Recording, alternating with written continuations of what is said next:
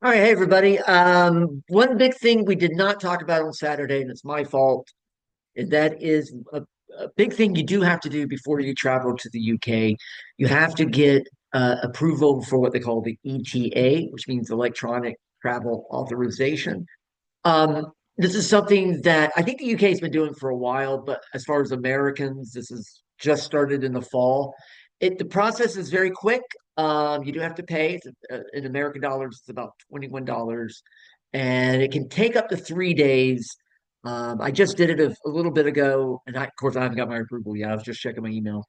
But it usually takes within 3 days. It can take a week. So I'm recording this on May 12th, Monday, May 12th at about 2:30.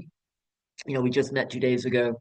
So the second you see this video, get the message, go, and I'll probably try to send messages out other ways as well. Go ahead and get it done if you haven't already. Pretty much you all going to need to do it. I think we have one student with a visa. That student may not have to do it because they have a visa, but everybody else will have to do it because you're Americans and you're traveling as tourists. So and I do want to talk at the very end. I do, even if you have done it, maybe go to the end. I am going to talk a little bit about arriving in country. Just a quick reminder about one thing. Let me share the screen just for a second. Just kind of show you. You're really, so what you're going to need is you're going to need your passport, a credit card, and your smartphone. But I'm going to show you on Google what you at least need to do to get started. I would go ahead and just search on the web on my smartphone. But basically, you search on Google for travel UK ETA. Don't do the first thing if it says iVisa. That's like a company that does it for you. Just go to gov.uk. That's the government site. You click on it. You get this basically says, do you need it? And you do need it. So towards the bottom, it does have the app and it takes you to the app store and you download the app on your phone. It takes a few minutes to download the app. It's free, but it does take a few minutes. I'm going to go ahead and stop sharing. And again, so what you'll do is you open up the app. First thing it'll do is ask you for your email. I use my school email because it is a school trip. But whatever email you use, make sure you do have it kind of ready to go because they'll immediately send you a security code, two-step verification. I hate it, just like everybody. And same thing you have to do for GoView. It's a little quicker because it's just straight email. But then you type in your security code. Then I'll have you use your phone to take a photo of your passport, right? The photo part of it. And, you'll take a photo of the page. It lines it up for you. Like just make sure you don't have a glare. Gets all the info off that. Then it has you scan with your phone the back page, or excuse me, the back cover of your passport. There is like a chip in here. Mine did not work, but that's okay. I just had to answer a couple of quick questions. So if you try it and it does, because you have to get your phone and line it up. If it doesn't work, just hit skip. It's no big deal. I still have my COVID vaccination card. They don't need these anymore, but I still have it in my passport. Um, and then they'll have you take a photo of yourself and do make sure, again, you'll use your phone, they'll line it up for you. The big thing is to make sure that you are like this would be bad because I have a TV and a door behind me. So you do need kind of a blank space. I ended up using our bedroom door because it's all white. Just make sure you got good light. You don't have a shadow behind you. You do have to take your glasses and hat off if you wear them, and you line it up. It's basically you're doing your own passport photo. It only takes a second, and then it matches it to your passport. Then it asks you a few questions, your address, what country you're in, have you ever been convicted of a crime, what's your profession? I just put professor of history. Have you ever been involved in a war crime or terrorism? So no, no, no. And then you pay.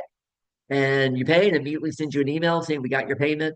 And again, it can take up to 3 days. It can take even a week for some people. So after a week, that's when you should call. But give it a full week. But most people I've talked to said it is within 3 days. So we are leaving. I mean, we're meeting on 2 weeks yesterday, right? So May 25th. So that's 14 days. But a lot of you are leaving early. I'm leaving. I mean, I'm arriving on like what's 21st, 22nd. So anyway, just it's the sooner you get it done, just that's one thing you don't have to worry about. And again, we did, Cassie mentioned it, but we did forget to talk about it on Saturday. But we also, neither of us had done it yet. So I have now done it. And it was really easy, I promise. So, one last thing, just as far as arriving, just a real quick thing. I had this in another video, but I want to re-emphasize it because this is something else I usually talk about on the orientation, and I did not. So when you arrive, the way it works is if you haven't ever done international travel, of course, your plane lands, you get off. First thing you do once you get off the plane is you go through Border Patrol. And that's when you need your passport.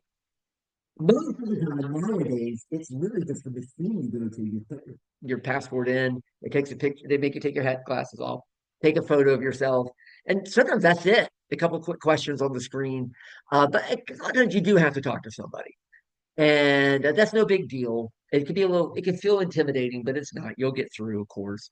But the one thing that can make it a little slower is, your instinct is to say, "Oh, I'm a student and I'm doing study abroad here," because that's what you're doing, right? But what they will hear is, "Oh, a student in Scotland, you need a student visa." You do not need a student visa because you are not going to college in the UK. You are an American college student taking courses in the US, right? As far as they are concerned, you are a traveler, you're on holiday, right? Because it is just really what it is. It's a field trip for the class. But because you are taking a class in the U.S., it's not like you're lying or anything. It's just So the easiest thing to say is I'm just on a holiday. You might say I'm meeting some other friends from America. We're here for 2 weeks.